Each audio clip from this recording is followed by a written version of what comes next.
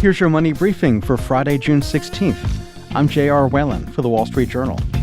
Some good news for renters. Monthly payments are declining after several years of steep increases.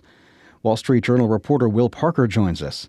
So, Will, how much have rents risen on average over the past several years? Since the pandemic, rent went up something like more than 25%, according to most metrics. And it did that really quickly, within about 18 months, certainly less than 2 years.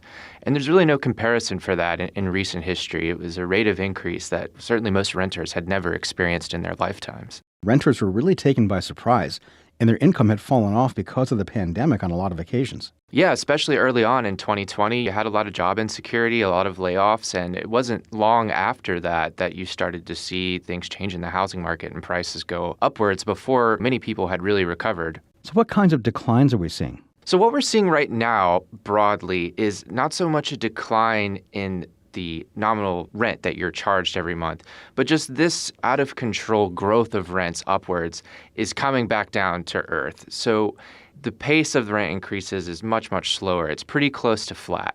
In a few parts of the country, the rents that landlords are charging is actually down somewhat. It is negative. And those places include cities in the Southwest like Phoenix or Las Vegas, which saw some of the most stratospheric rent increases earlier in the pandemic. Those places' prices are starting to come down. But broadly, what you're having nationally is a moderation, and rent is finally not catapulting upwards like it was. What economic factors are causing this shift? It's a few things. Starting last year, you started to see demand for apartments come down a bit. Fewer leases happening, vacancies rising. And part of that was simply that rent prices were too high to be sustained, that there were too many renters that had to make critical decisions about their housing because of how high prices were. So things like adding roommates, moving back in with friends and family, or simply just not deciding to move up in life, perhaps moving from a smaller apartment to a larger apartment. All of that started to back off, and that meant prices could not continue to grow at the same level they had been. Other things that were happening is that the migration we were seeing, people moving across the country to new cities and driving up demand, people moving into Sunbelt cities from the Northeast, that kind of activity is also slowing somewhat, and that's also keeping the demand down in some of these markets that had just grown so quickly. Are we talking rents across the housing rental spectrum where we're seeing a shift in the rents? Yeah, we're seeing a shift in apartment rentals and in single-family home rentals. But it looks like, from most of the data sources that we have, that the slowdown in apartments is greater than it is for single-family home rentals.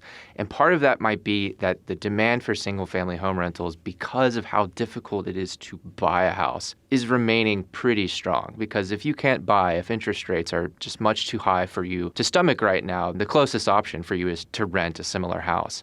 What does this mean for renters who've been dealing with double-digit percentage increases for the past several years? Well, critically, one thing it means is that when you go to get a renewal from your landlord, if you're going to stay, the rent that they're going to ask you to pay is going to need to come down as the prices for apartments that are available out in the market are no longer skyrocketing anymore. So what we're seeing is it's not happening super quickly, but landlords are going to have to adjust their expectations for what their current tenants can pay based on what the rest of the market is doing. So we're going to see more cases where tenants see an opportunity to move to a better apartment with a better rent if their landlords are not adjusting their expectations for what rents are now as quickly as they should be, perhaps. Speaking of landlords, we saw them get caught in the middle here, especially when rent payments were frozen during the pandemic.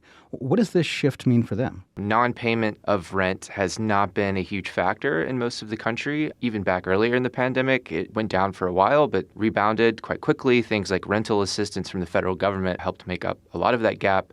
So, things have continued to be pretty good for property owners. And even if rents are flattening out now, something like 30% increase that they enjoyed over the last couple of years, they're still benefiting from that. The ones that have some problems or that could have some problems are investors who bought buildings recently with a speculative business plan that depended on a rate of rent increase that no longer exists. So people who bought buildings maybe a year or 2 years ago thinking that rents will keep going up double digits and basing their whole business around that, those people narrowly may be experiencing some trouble because of what's happening now. Did they misjudge the market? Potentially. Some investors certainly did not anticipate a year in which rent did not go up at all. And that may be a complicating factor if that happens. And that looks like what's going on now is a full year of either no increase in asking rent or even negative, which is where we may be heading in months that are upcoming.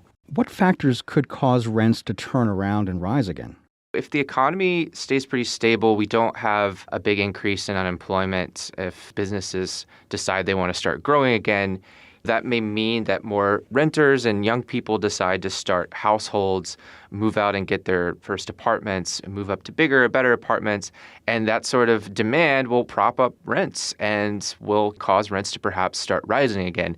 But I don't think anyone foresees a scenario in which rents go back to the double-digit streak that we saw in the pandemic anytime soon. That's Wall Street Journal reporter Will Parker. And that's it for your Money Briefing this week. Before we go, a quick programming note. We'll be off on Monday in honor of Juneteenth, but we'll be back on Tuesday with a new episode. Our supervising producer is Melanie Roy, and our executive producer is Chris Zinsley. I'm your host, J.R. Whalen. Thanks for listening, and have a great weekend.